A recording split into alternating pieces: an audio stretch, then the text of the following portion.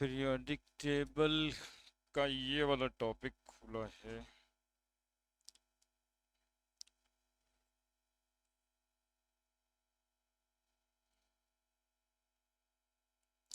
ये वाला ही टॉपिक चल रहा होगा, एटॉमिक रेडियस, है ना। पहले एटॉमिक स्ट्रक्चर में पढ़े थे कि बोर साहब रेडियस का फॉर्मूला बताए थे 0.529 इंटू बाई जेड एंगस्ट्रॉम, है ना। एन नंबर ऑफ ऑर्बिट, आज जेड है एटॉमिक नंबर। कैलकुलेट कर सकते हो आप कि सेकेंड ऑर्बिट हाइड्रोजन एटम तो कितना रेडियस होगा। तो एन बराबर 2 पुट कर देंगे और जेड बराबर 1, तो निकल जाएगा, है ना। जैसे कि क्या बता रहे हैं कि ये हाइड्रोजन एटम है, इसके दूसरे ऑर्बिट में इलेक्ट्रॉन है। तो एटॉमिक रेडियस का जो बात है वो तो यही बात है, यही रेडियस कहते हैं। It can be calculated by the formula r is equal to 0.529 into n square. तो नंबर ऑफ ऑर्बिट है 1 और ये है 2, तो 2 का स्क्वायर, एटॉमिक नंबर है 1। तो 0.529 इंटू 4 एंगस्ट्रॉम, एक एंगस्ट्रॉम में 10 to the power minus 10 metre होता है। तो लेंथ आपको समझ में आ जाएगा, इंटू 4 गुना 10 to the power minus 10 metre, ये रेडियस है ना। तो एटॉमिक रेडियस होता यही है। लेकिन अब क्या है कि ये 3 तरह का होता है, कोवैलेंट रेडियस,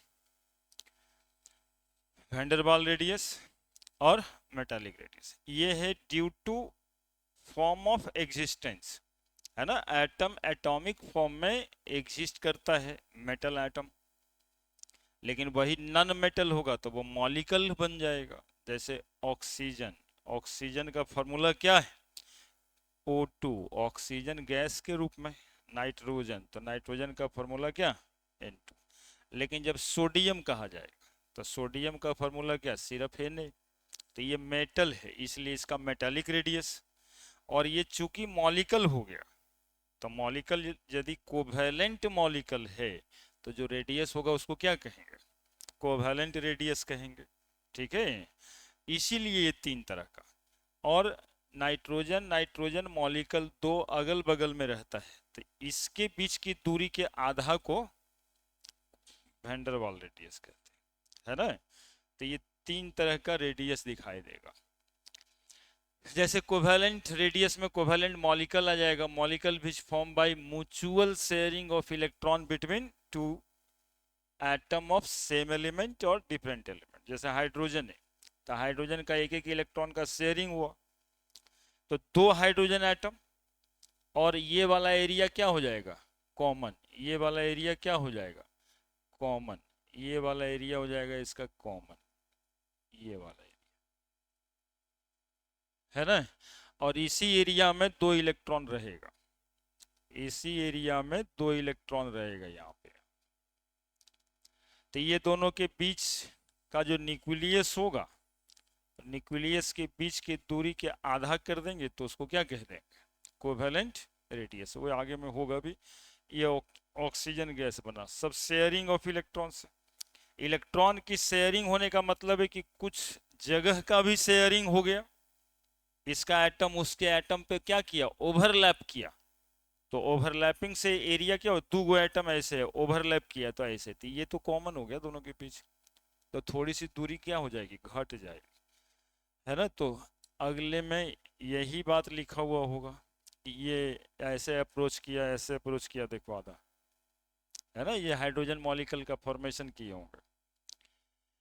तो डिफिनेशन लिखे, half of the internuclear distance between two atom.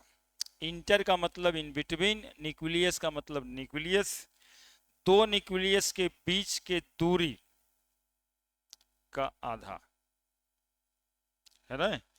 Half of the internuclear distance between two atom of same और डिफरेंट एलिमेंट। यहाँ पर सेम एटम है, डिफरेंट एलिमेंट भी हो सकता है।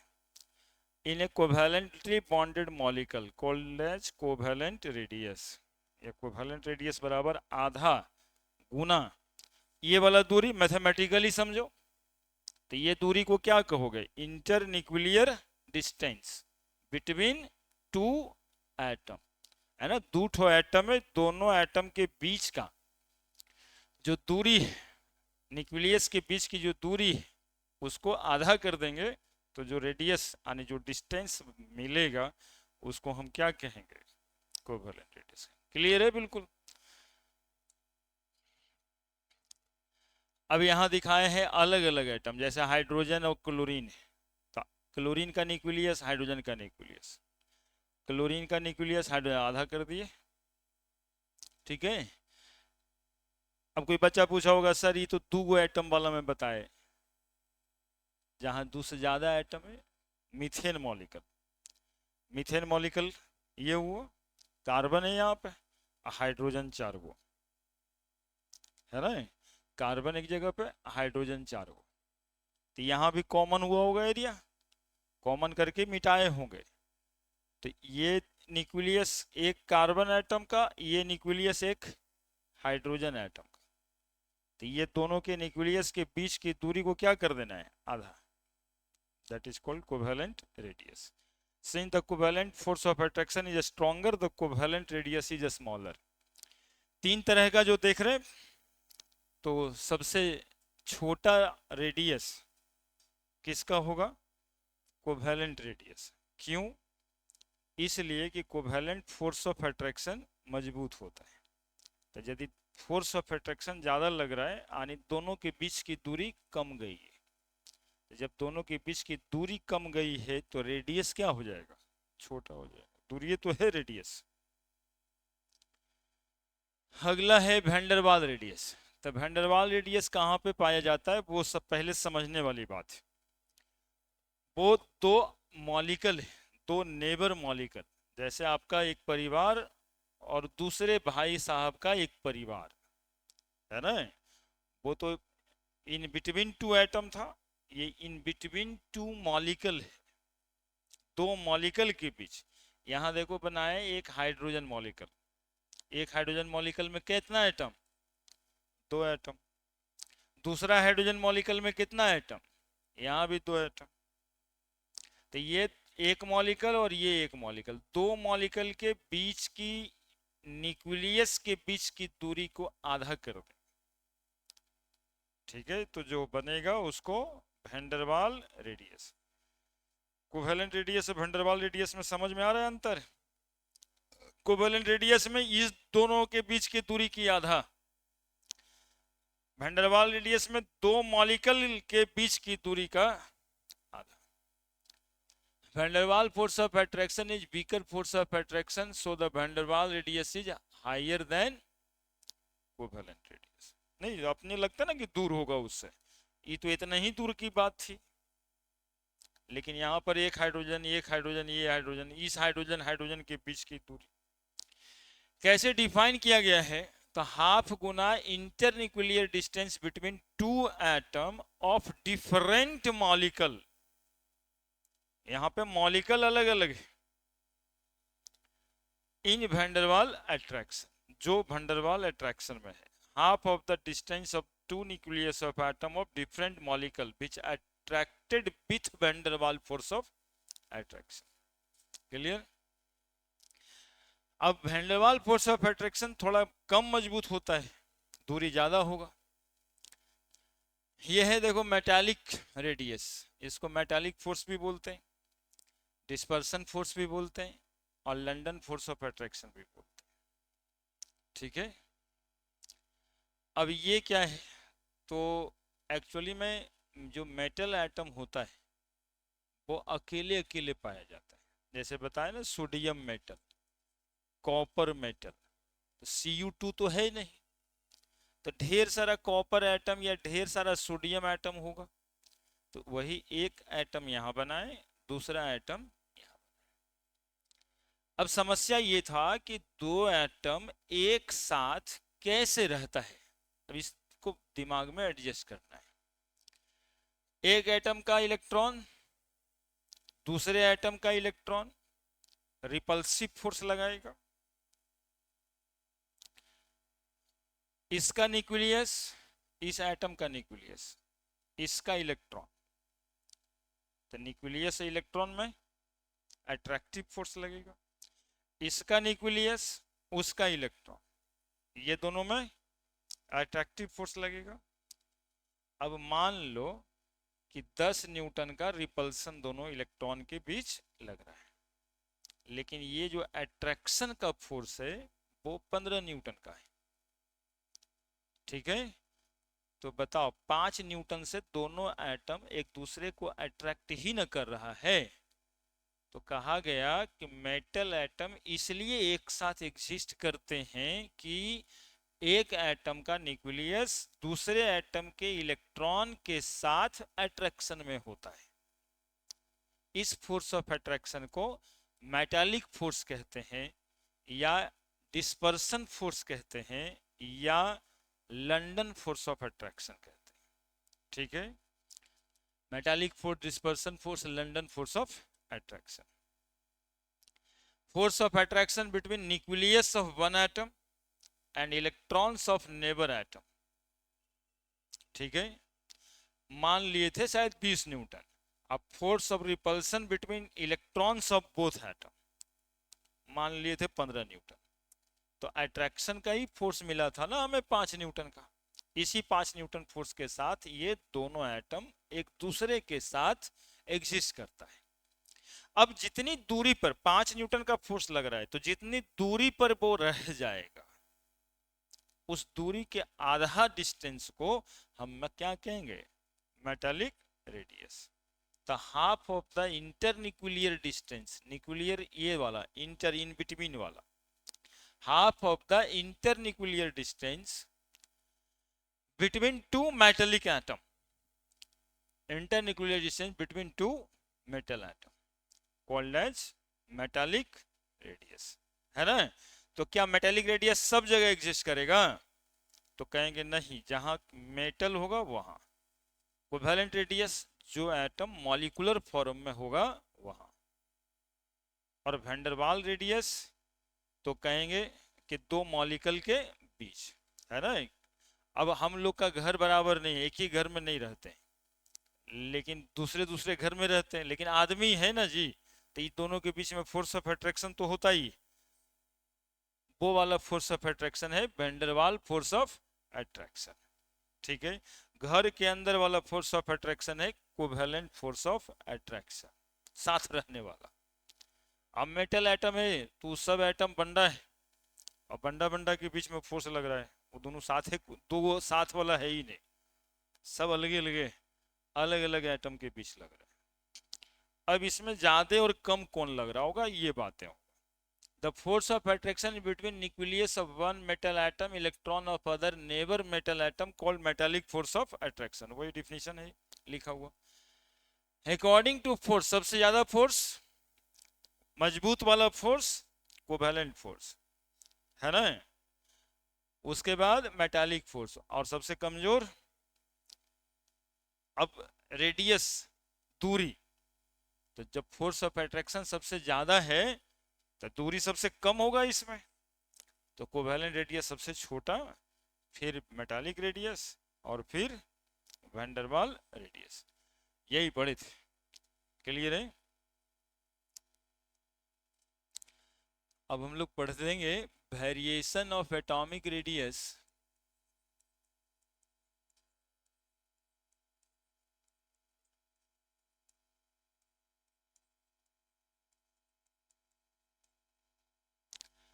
हाँ, इन पीरियोडिक टेबल।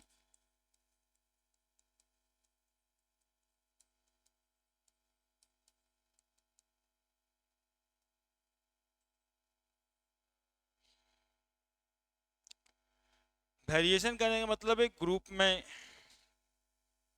पीरियड में कैसे बढ़ता और घटता है।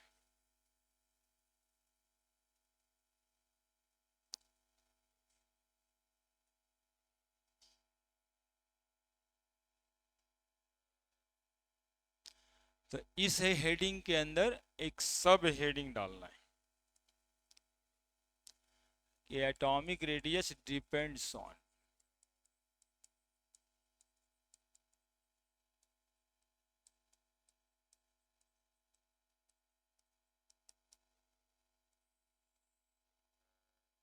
पहला, एटॉमिक रेडियस किस किस बात पे डिपेंड करता है?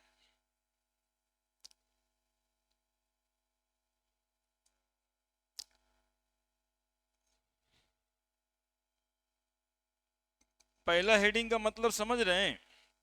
वेरिएशन कहने का मतलब है कि एटॉमिक रेडियस घटता है, बढ़ता है ग्रुप में, पीरियड में, वेरिएशन का मतलब ये। लेकिन ये वेरिएशन हम लोग कैसे जानेंगे? तो उसके लिए पढ़ना पड़ेगा कि एटॉमिक रेडियस किस किस बात पे डिपेंड करता है।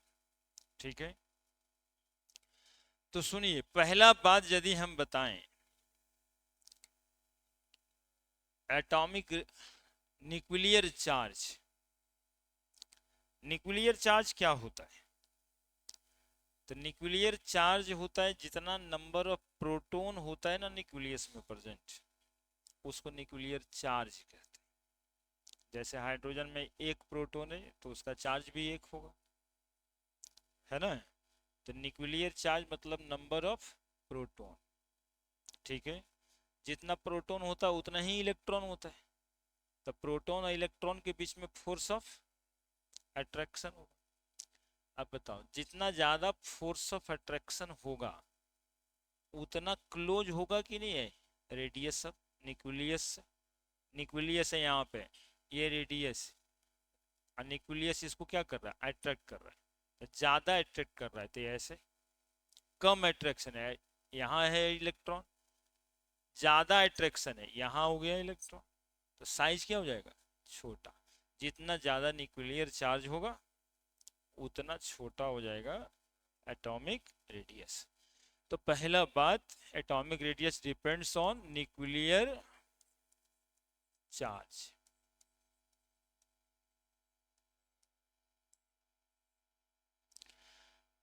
चूंकि सिंस लिखेंगे, समझना पहले तब लिखना। F, force of attraction directly proportional to nuclear charge और electronic charge, Q1 into Q2, Coulomb's law, है ना?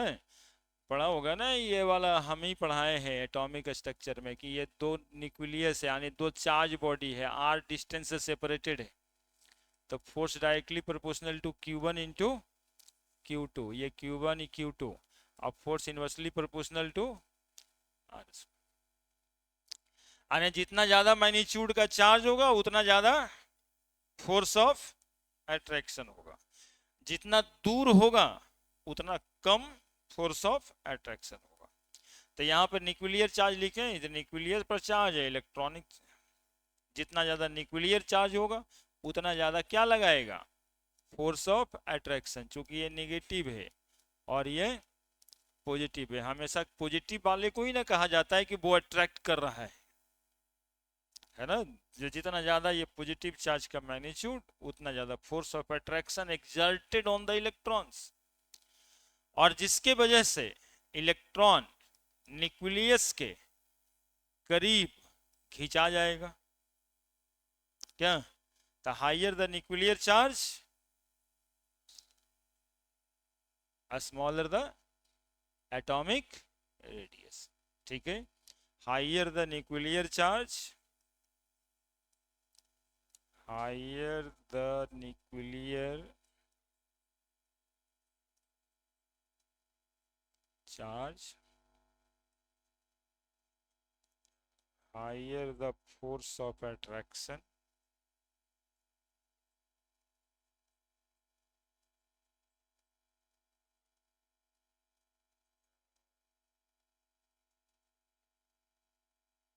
smaller the atomic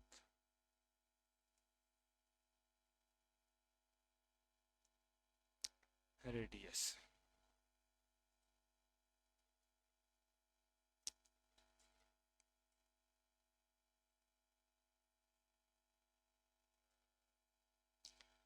और साइड में लिख देना ये वाली बात भी, Qn charge on nucleus, nuclear charge, और ये कितना होता है? तो नंबर ऑफ प्रोटॉन के बराबर होता है, नंबर ऑफ प्रोटॉन Z और चार्ज यानी E, Z इंटू E।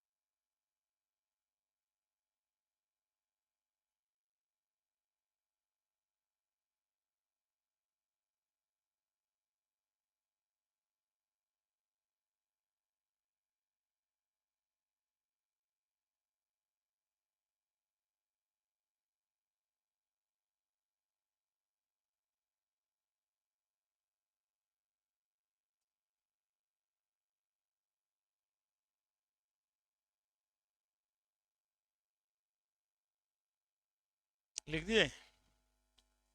अब देखो इससे पीरियोडिक टेबल में क्या अंतर पड़ता है इस पॉइंट से। यहाँ पे हम लोग लिथियम ले लेते हैं, बेरिलियम ले लेते हैं, बोरोन ले लेंगे, कार्बन ले लेंगे, नाइट्रोजन ले लेंगे, ऑक्सीजन हो जाएगा और फ्लोरीन हो जाएगा। क्या इसका चार्ज है 3, इसका 4, इसका 5, इसका 6, इसका 7, इसका 8, इसका 9। 9 प्रोटॉन है तो 9 प्रोटॉन मतलब 9 प्रोटॉन गुना ई 1.6 इंटू 10⁻⁻19 कूलम है ना। एक प्रोटॉन पे उतना ही चार्ज होता है तो वो तो सब में रहेगा। तो यहाँ पे चार्ज 9 प्रोटॉन के बराबर, यहाँ 8, यहाँ 6। न्यूक्लियर चार्ज क्या हो रहा है, क्या बताएंगे कि न्यूक्लियर चार्ज इंक्रीजेज। तो न्यूक्लियर चार्ज इंक्रीज करेगा तो फोर्स ऑफ अट्रैक्शन क्या होगा,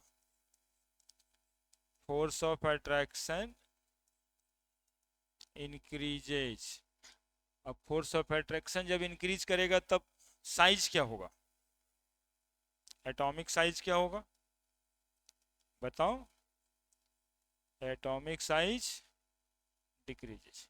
अरे मेरी कॉमन है लिथियम, देखो न्यूक्लियस बना रहे हैं, समझने पे ध्यान दो बिल्कुल समझ में आएगा। इसमें दो घर होता है, पहला घर में 2 इलेक्ट्रॉन, दूसरे घर में 1 इलेक्ट्रॉन, यही ना 3 इलेक्ट्रॉन। 3 इलेक्ट्रॉन लिथियम में है तो 3 इलेक्ट्रॉन कहाँ पे है, 1 इलेक्ट्रॉन, 1 इलेक्ट्रॉन, 2 इलेक्ट्रॉन पहला घर में और 1 इलेक्ट्रॉन यहाँ पे। एटॉमिक रेडियस किसको कहेंगे, इसी को कहेंगे, ये जो दूरी। यहाँ फ्लोरीन, फ्लोरीन में भी न्यूक्लियस है और बाहर में कितना घर, 2 घर। 9 है तो पहले ऑर्बिट में कितना इलेक्ट्रॉन, 2 इलेक्ट्रॉन, और दूसरे में कितना इलेक्ट्रॉन, 1 2 3 4 5 6 7। ठीक है, तो इसमें प्रोटॉन की संख्या भी 9 गो, इसमें प्रोटॉन की संख्या 3 गो। अब यहाँ 3 प्रोटॉन 3 इलेक्ट्रॉन को अट्रैक्ट करेगा, वहां 9 प्रोटॉन 9 इलेक्ट्रॉन को अट्रैक्ट करेगा, तो फोर्स ऑफ अट्रैक्शन कहाँ ज्यादा लगेगा, तो फोर्स ऑफ अट्रैक्शन लगने की वजह से साइज घटते जाएगा कि नहीं घटते जाएगा, छोटा हो जाएगा।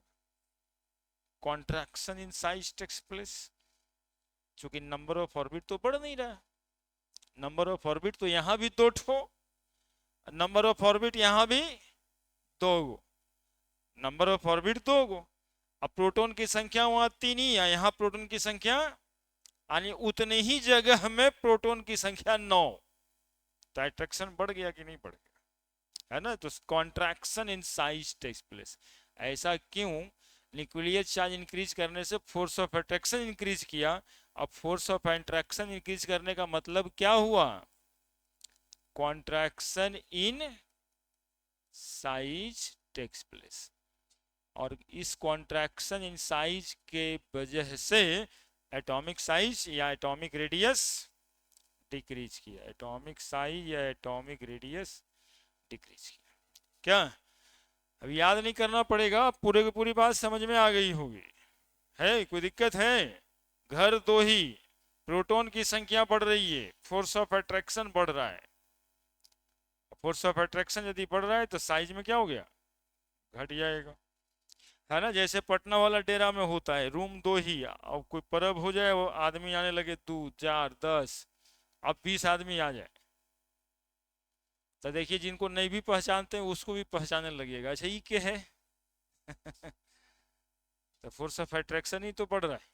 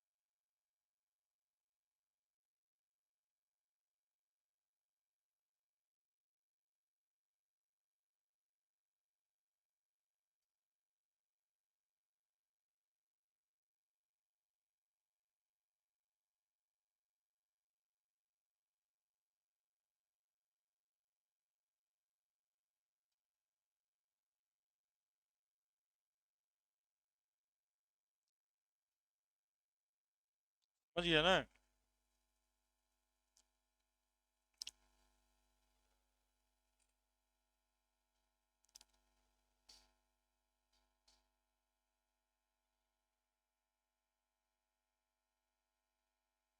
दूसरा कौन से बात पे डिपेंड करता है एटॉमिक रेडियस, तो नंबर ऑफ ऑर्बिट्स पे। यहां देखा, इसमें इलेक्ट्रॉन की संख्या बढ़ रही थी, नंबर ऑफ ऑर्बिट दो ही था, यहां भी दो ही था, सिर्फ प्रोटॉन और इलेक्ट्रॉन की संख्याएं बढ़ रही थी। अब इसी में दूसरा पॉइंट कहेंगे कि जब दो ऑर्बिट के बाद 3 ऑर्बिट, 4 ऑर्बिट, 5 ऑर्बिट, 6 ऑर्बिट हो जाएगा, नहीं तो एटॉमिक रेडियस बढ़ने लगेगा, फोर्स ऑफ अट्रैक्शन घटने लगेगा, लगेगा कि नहीं। इसके दूसरा पॉइंट होगा number of orbits.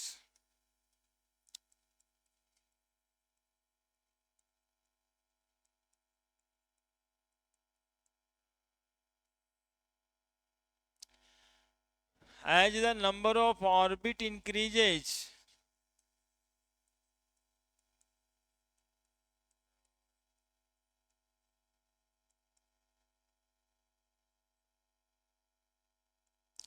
the force of attraction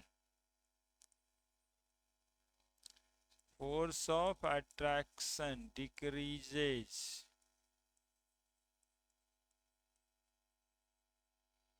Force of attraction decreases and expansion in size takes place.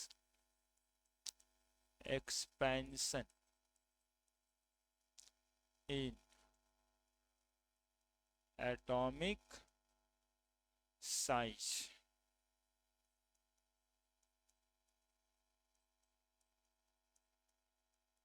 takes place. ठीक है, कैसे देखोगे मेरे साथ। लिथियम, सोडियम, पोटेशियम, रुबिडियम और भी है नीचे। लिथियम के केस में आपको दिखेगा, सांकेतिक रूप में बना रहे हैं तो छोटा बनाएंगे, दो घर बनाएंगे इसमें,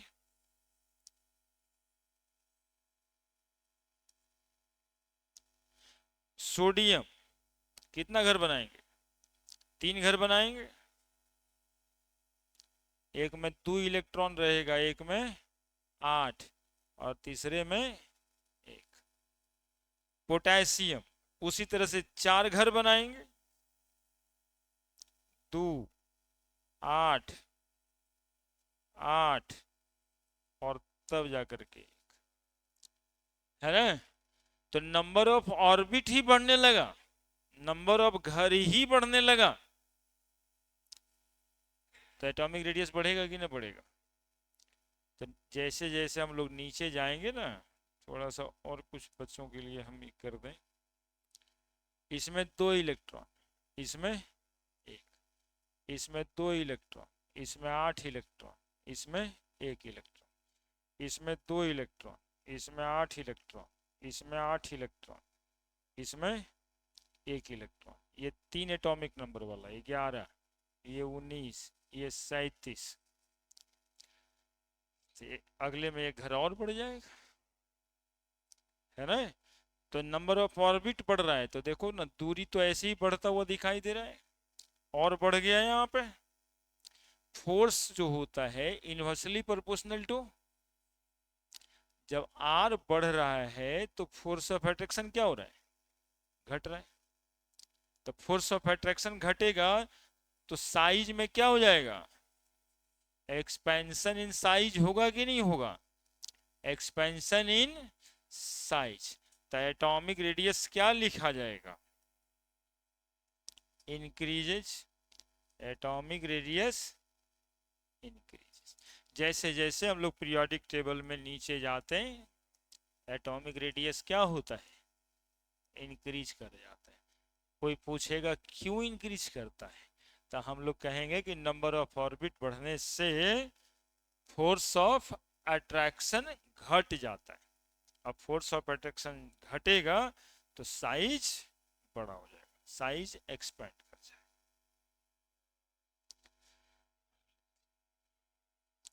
और ये हर ग्रुप में होना है। ऊपर वाले घर में 2, नीचे वाले 3, फिर आगे बढ़िएगा 4, फिर आगे बढ़िएगा 5, ये बढ़ते ही जाएगा।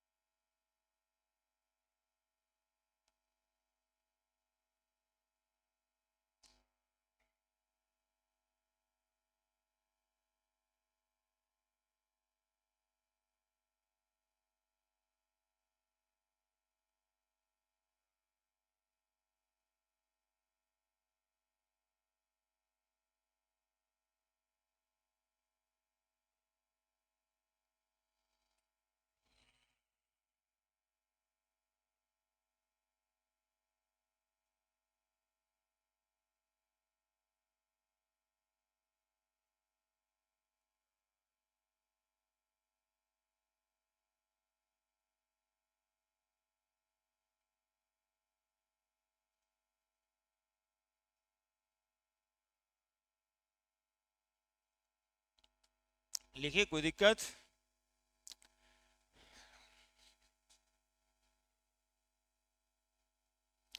तब क्या देखें?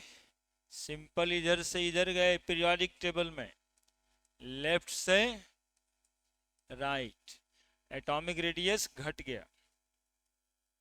और जैसे नीचे आए एटॉमिक रेडियस बढ़ गया। ये ना देखे, variation of atomic radius in periodic table. इधर जाएंगे एटॉमिक रेडियस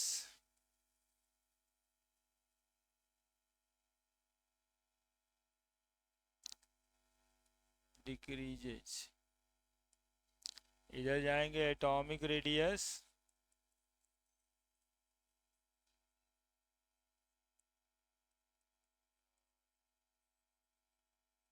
इंक्रीजेज।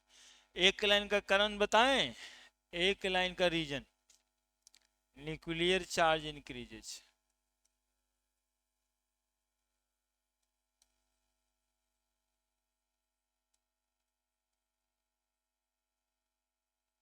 एक लाइन का कारण नहीं, number of orbit increase.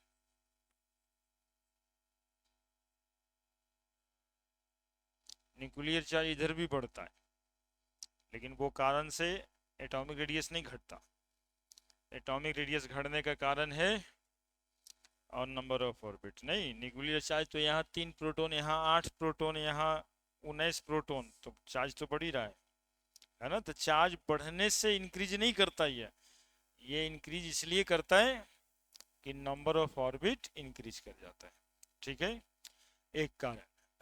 as we move left to right in the PT या across the period in the periodic table, period न है ऐसे से, atomic radius decreases while as we move down the group in the periodic table atomic radius increases. अब question होता है कि बाबू second period का सबसे छोटा एटम कौन, सेकेंड पीरियड का सबसे छोटा एटम कौन, सेकेंड पीरियड में यहां पर लिथियम है, यहां पे फ्लोरीन है, सबसे छोटा एटम कौन, कौन है छोटा, लिथियम है कि फ्लोरीन, मन कर रहा है ना लिथियम बोलने का, लेकिन है कौन, है ना, है कौन, लिथियम सबसे छोटा नहीं, ठीक है, एटॉमिक रेडियस डिक्रीजेज, डिक्रीज करने का मतलब सबसे छोटा ना हुआ, smaller atom of second period is fluorine, ठीक है, कारण क्या है, 9 वो प्रोटॉन है उसके न्यूक्लियस में, अट्रैक्शन का मैग्नीट्यूड ज्यादा है, इसमें 3 ही प्रोटॉन है, अट्रैक्शन का मैग्नीट्यूड कम है, तो एक मन आप लोगों का करता है क्या कि 3 एक प्रोटॉन है तो छोटा ना है बेचारा, उसमें तो 9 गो प्रोटॉन है तो बड़ा होगा, नहीं ना, 3 प्रोटॉन है तो फोर्स ऑफ अट्रैक्शन कम है, यहाँ 9 प्रोटॉन है तो फोर्स ऑफ अट्रैक्शन ज्यादा है, तो न्यूक्लियस अट्रैक्ट करके इलेक्ट्रॉन को अपनी तरफ सटा लिया है, खींच लिया है, समझ रहे हैं मेरी बात, चूंकि सारे में घर नंबर ऑफ ऑर्बिट 2 ही है, ठीक है, इसमें भी 2 घर है, ये भी 2 घर है, लेकिन यहाँ अट्रैक्शन ज्यादा है, यहाँ attraction come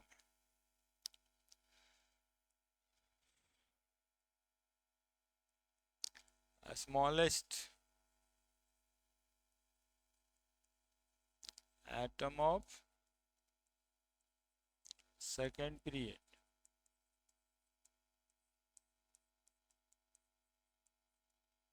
fluorine,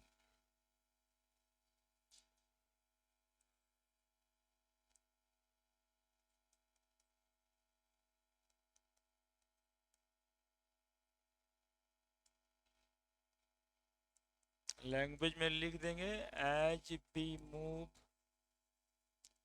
across the period left to right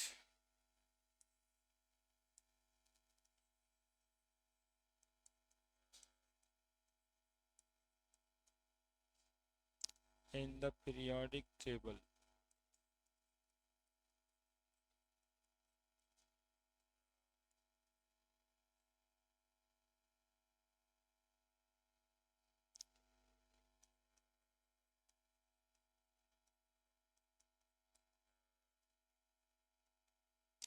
the atomic radius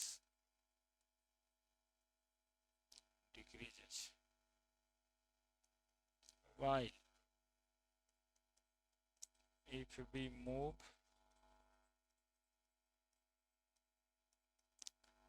down the group in periodic table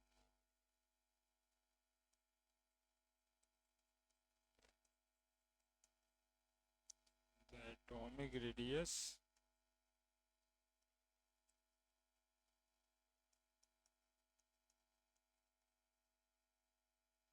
increases.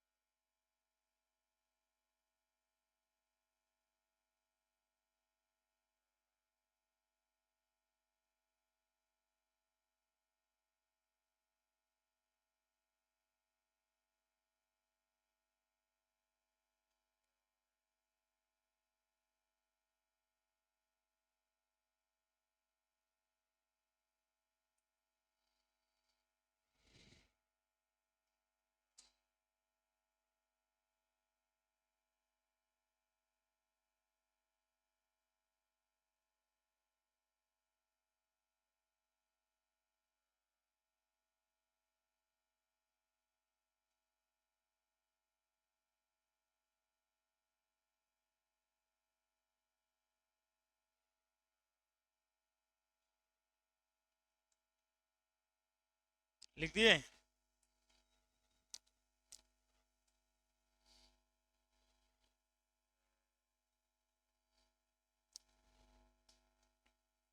लिख दिए? है कोई दिक्कत?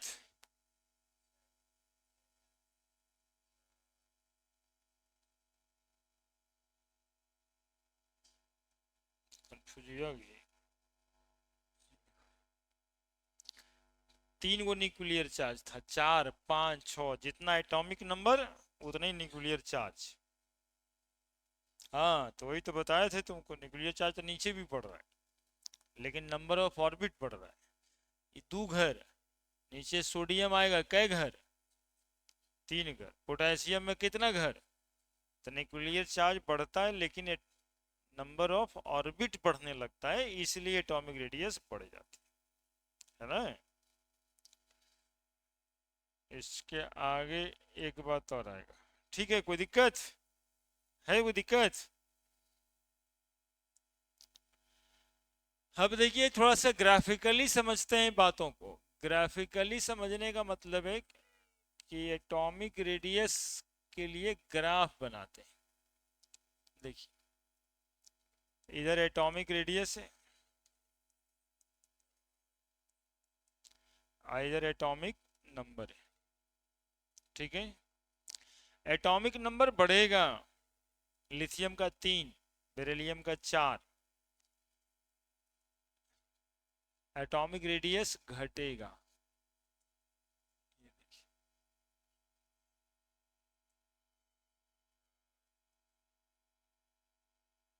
Lithium, beryllium, boron, carbon, nitrogen, oxygen और कौन?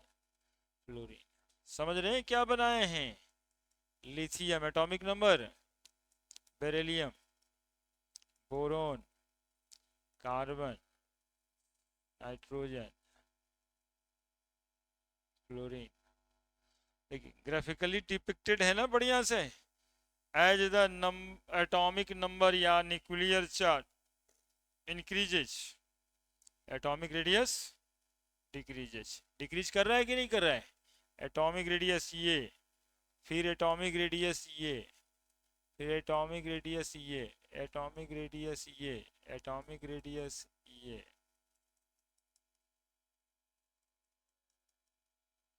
क्या एटॉमिक रेडियस घट रहा है? उधर में ग्राफ बनाते हैं पीरियड से। लिथियम में 3, सोडियम में 11, पोटेशियम 19 बढ़ रहा है, साइज क्या होगा? बढ़ेगा। इधर एटॉमिक रेडियस, इधर जेड, यहाँ पे 3 बढ़ा, बढ़ा, फिर बढ़ा, फिर बढ़ा, फिर बढ़ा। Lithium, sodium, potassium, rubidium, caesium, francium, Z बढ़ा, एटॉमिक नंबर भी बढ़ा।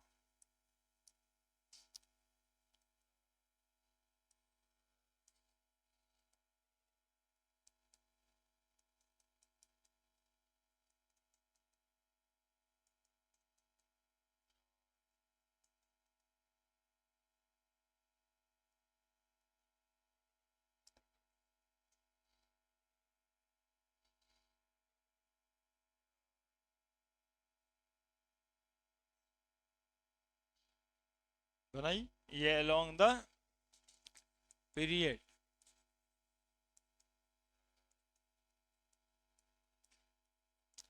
ये अलोंग द ग्रुप। अरे सब एक के बाद है, 5 तरीके से एक के बाद बताए हैं, है ना। ये सब अलग अलग थोड़े ना है।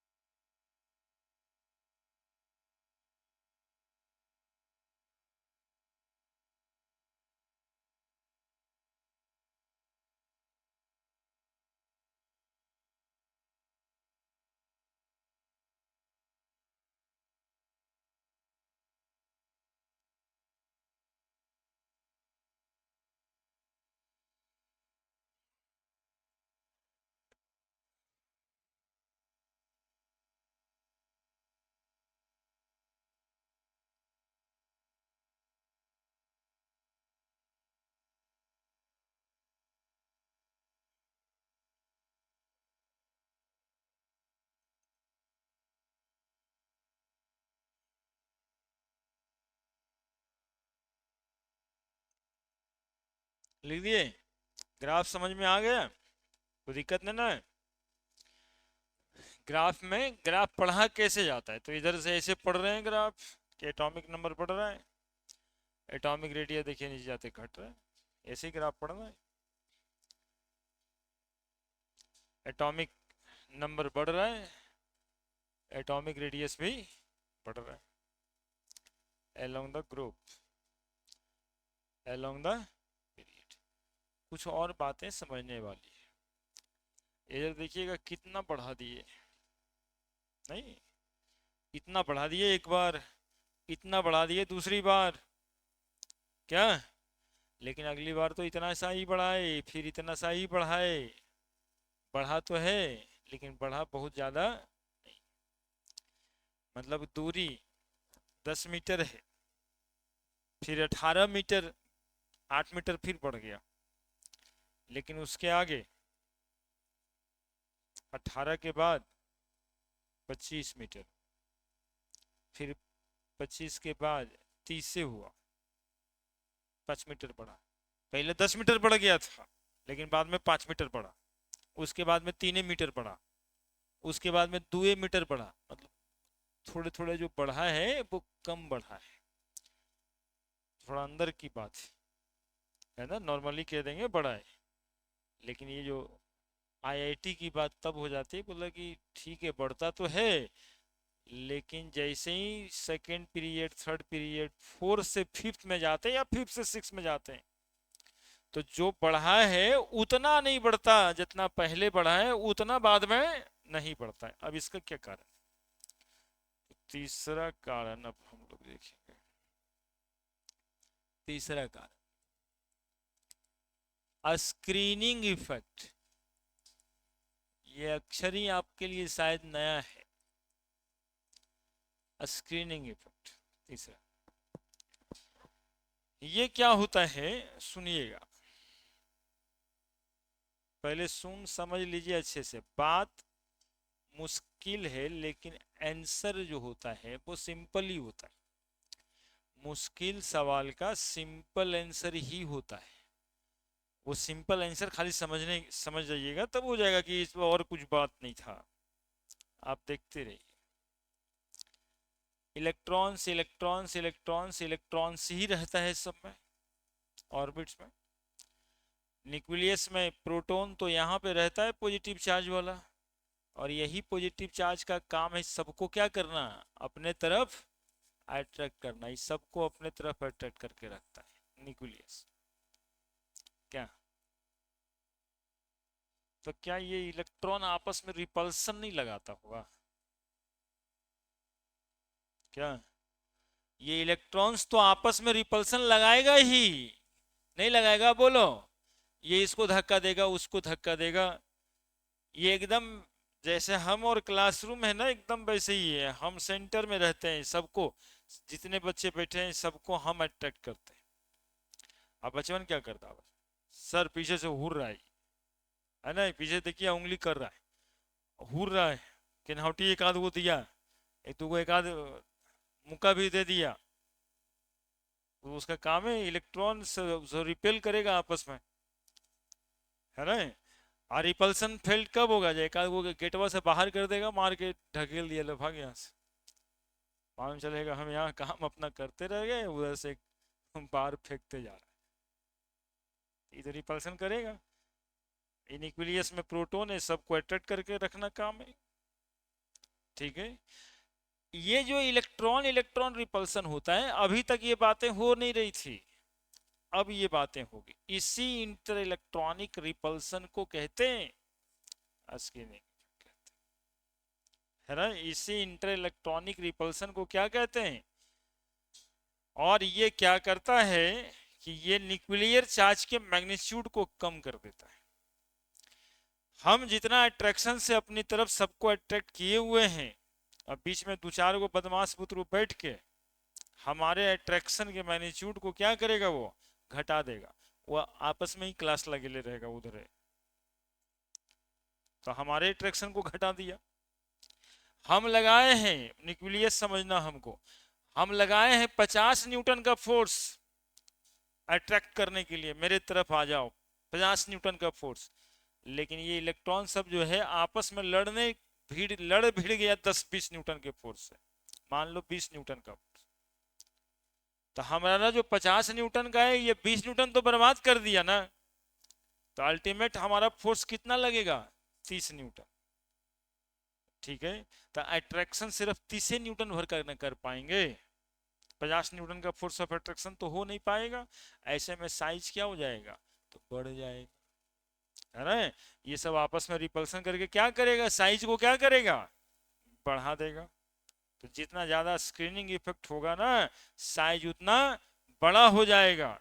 जितना ज्यादा स्क्रीनिंग इफेक्ट होगा, न्यूक्लियर चार्ज घट जाएगा, है ना। न्यूक्लियर चार्ज का मैग्नीट्यूड घट जाएगा और साइज में क्या हो जाएगा, एक्सपेंशन हो जाएगा, साइज बड़ा हो जाएगा, है ना।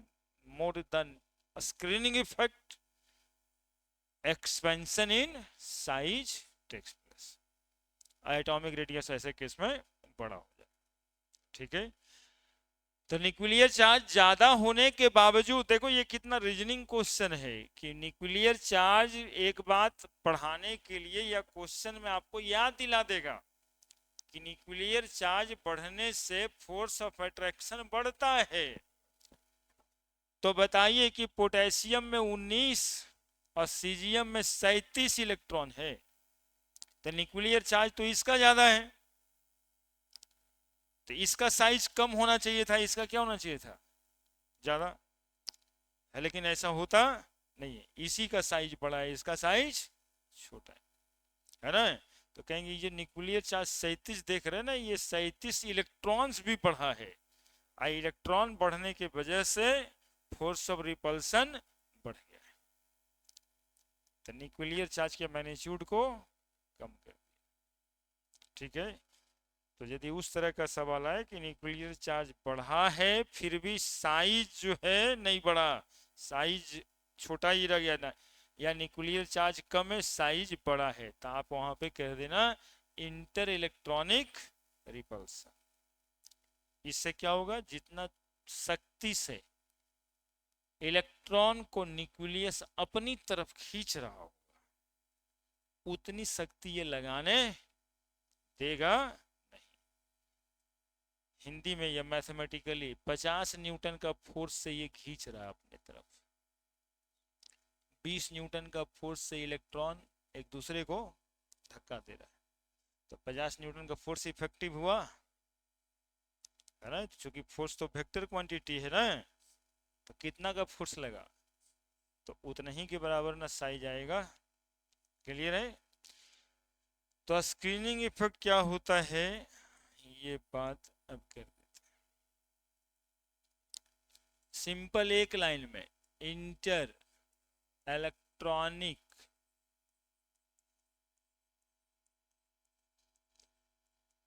Repulsion in between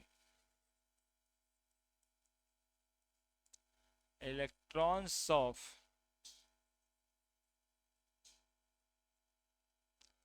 different orbit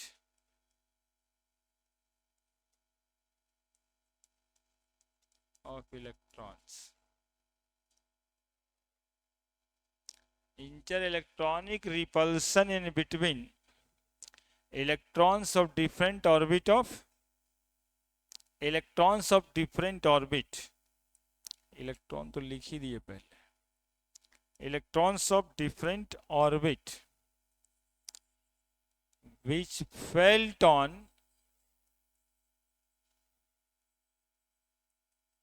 outermost orbits electron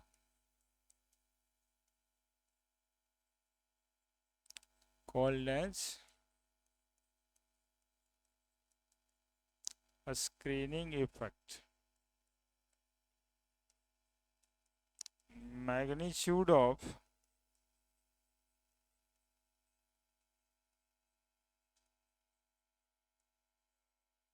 a screening effect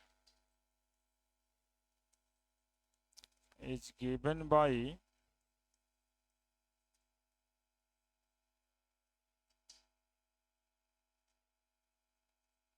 Slater's constant.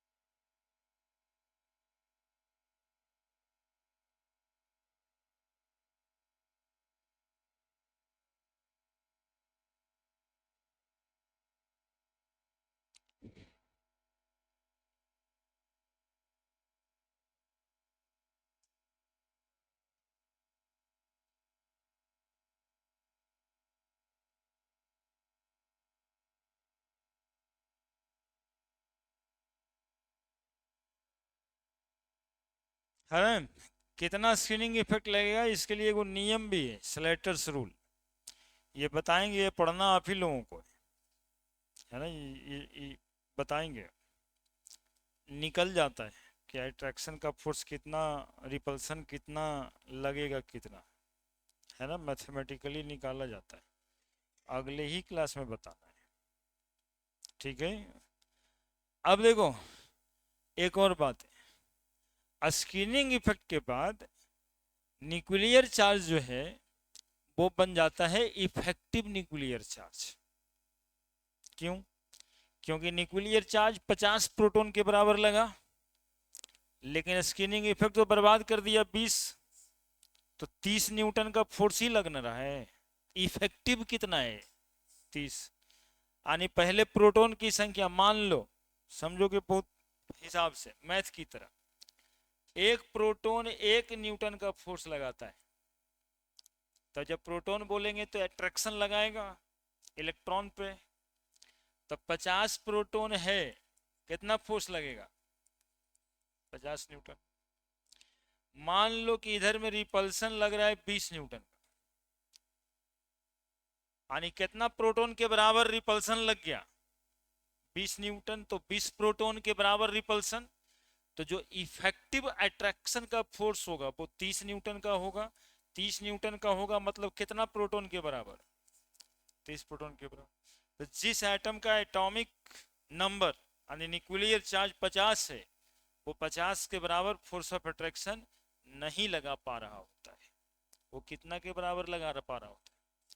तो जिस एटम का 50 न्यूक्लियर चार्ज है, उसका इफेक्टिव न्यूक्लियर चार्ज कितना हो गया, है ना? तो न्यूक्लियर चार्ज स्क्रीनिंग इफेक्ट एक चौथे शब्द का जन्म देता है, और वो शब्द होता है effective nuclear charge.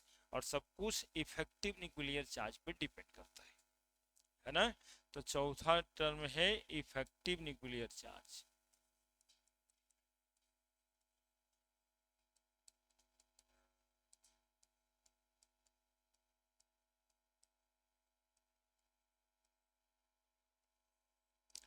Effective nuclear charge mathematically Z स्ट्रिक बराबर जेड माइनस स्लेटर्स कांस्टेंट कहलाता है।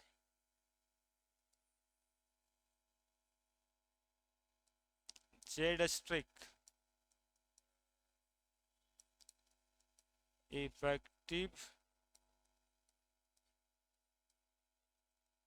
Nuclear charge.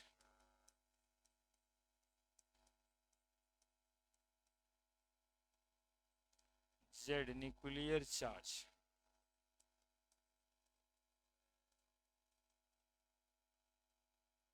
Slater's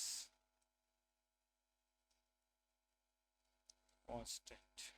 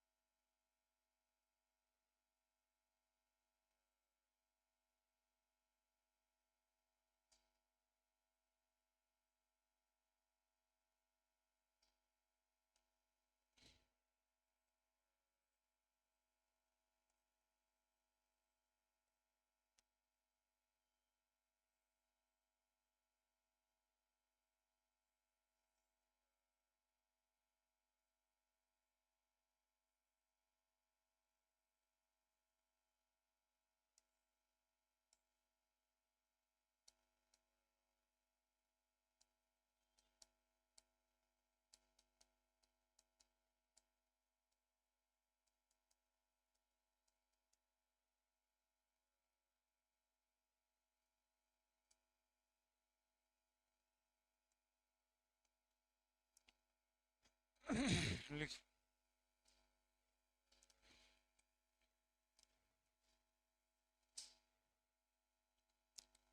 जाएगा सबका, तो ज़्यादा ही छूट जाएगा, इसीलिए इसको जो अगले दिन।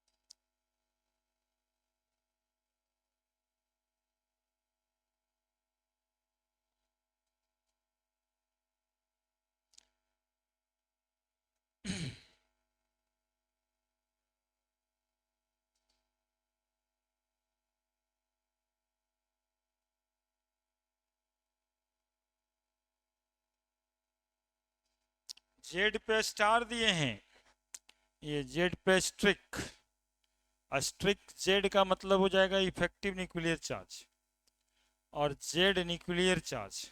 न्यूक्लियर चार्ज मतलब क्या? हाँ, एटॉमिक नंबर।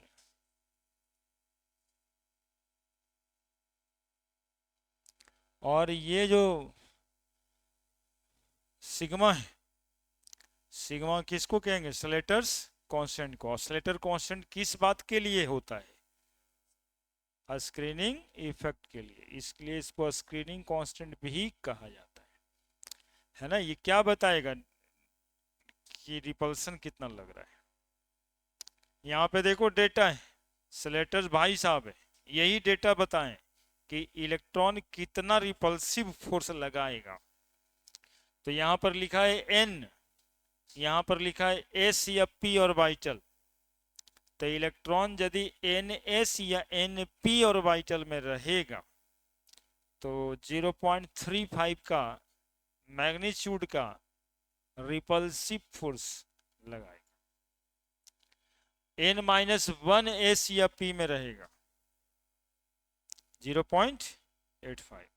ये बुझा रहा है, ये आसान है, देखो लिख दिए वो पूरा ना, निकाल के अगले दिन दिखाएंगे, लिख के रखो,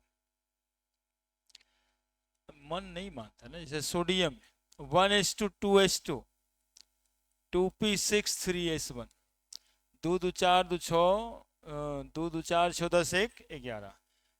तो ये देखो सबसे बाहर वाला घर हुआ NS, ये दो लिखा हुआ है n-1 s और n-1 p।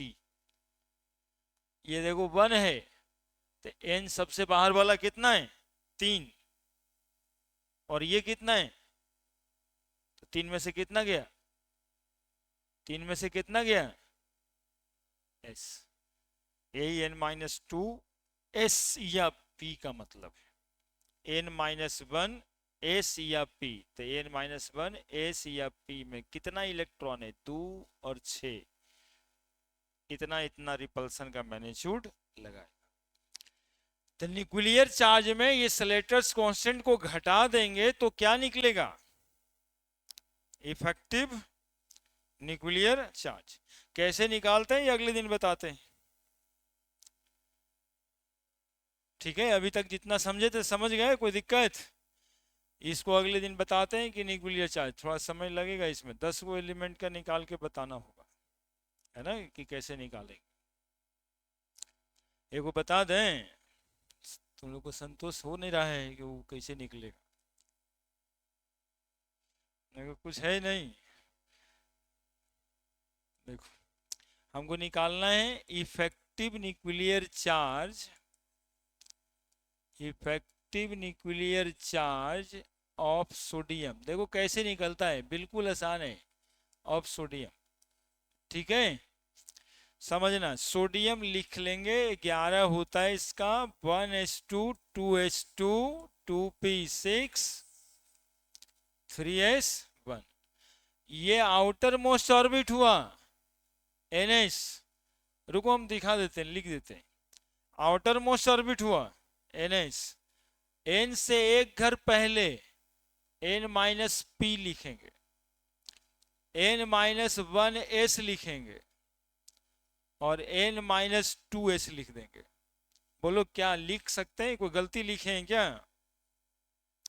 अब z स्ट्रिक निकालना है तो z माइनस सलेटर्स कांस्टेंट लिखते हैं, z का वैल्यू 11 है, ठीक है।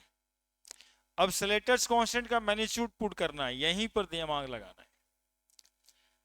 एक आउटर मोस्ट ऑर्बिट पे इलेक्ट्रॉन रिपल्सन लगाएगा, एक इलेक्ट्रॉन को छोड़ देना होता है ना, कि रिपल्सन सब मिल के फेल्ड करेगा। जैसे हम बताए ना कि हम यहाँ पे खड़ा थे और बचपन सब लड़ाई कर लिया, एक ठो को धक्का दे करके क्लासरूम से बाहर कर दिया, वहां बबलू जी खड़ा रहते हैं, धक्का तो उन पे पड़ना है, तभी ना कोई बाहर निकलेगा। तो एक वो इलेक्ट्रॉन को बबलू जी समझ करके छोड़ देना है, तो उस पर रिपल्सन फेल्ट होगा, उसको धक्का देगा तभी तो कोई बाहर जाएगा। तो एक वो इलेक्ट्रॉन को क्या करना है, छोड़ देना है। अब बताओ n-1 या n-1 p में कितना इलेक्ट्रॉन है, 6 और 2 8। n-1 s या p में कितना फोर्स ऑफ रिपल्सन लगता है, इलेक्ट्रॉन की संख्या कितनी थी 8, तो एक इलेक्ट्रॉन 0.85 लगाएगा, तो 8 इलेक्ट्रॉन कितना लगाएगा 0.85 इंटू, बस 0.85 इंटू 8 प्लस n-1s n-1p का हो गया। अब n-2s में कितना इलेक्ट्रॉन है, डेटा देखेंगे, n-2s या p में कितना मैग्नीट्यूड लगता है 1, तो इलेक्ट्रॉन की संख्या कितनी थी 2, तो 2 गुना 1, तो 11 माइनस ये आएगा 6.80 प्लस 2,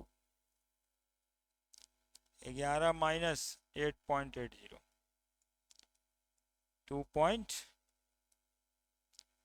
सोचिए कितना बर्बादी। प्रोटॉन की संख्या 11, इफेक्टिव कितना है 2, 2.2, बाकी सबका रिपल्सन। यही तो बात होता है, कमाई तो बहुत है लेकिन खर्चा इतना ज्यादा है कि बचता कुछ नहीं। 11 वो प्रोटॉन था, वो 11 प्रोटॉन के मैग्नीट्यूड के बराबर अट्रैक्शन लगा देता, लेकिन इलेक्ट्रॉन सब जो है आपस में इतना रिपेल कर रहा है कि उसका 11 प्रोटॉन 2 गो प्रोटॉन बन जाता है, 2 गो के बराबर effective force of attraction. This is called effective nuclear charge. Clear है? बस यही यही कैलकुलेट करना है। अगले दिन 10-20 ठोकर करवाएंगे तो पूरा क्लियर क्लियर हो जाएगा। तो निकाल लो एग्जाम्पल करके।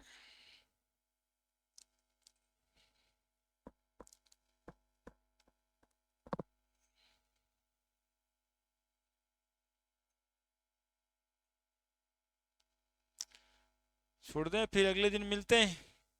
इस संडे को भी क्लास रखेंगे, है ना, क्योंकि क्लास हमारा एब्सेंट हुआ है तो थोड़ा मैनेजमेंट कुछ करना पड़ेगा ताकि भरपाई हो कुछ।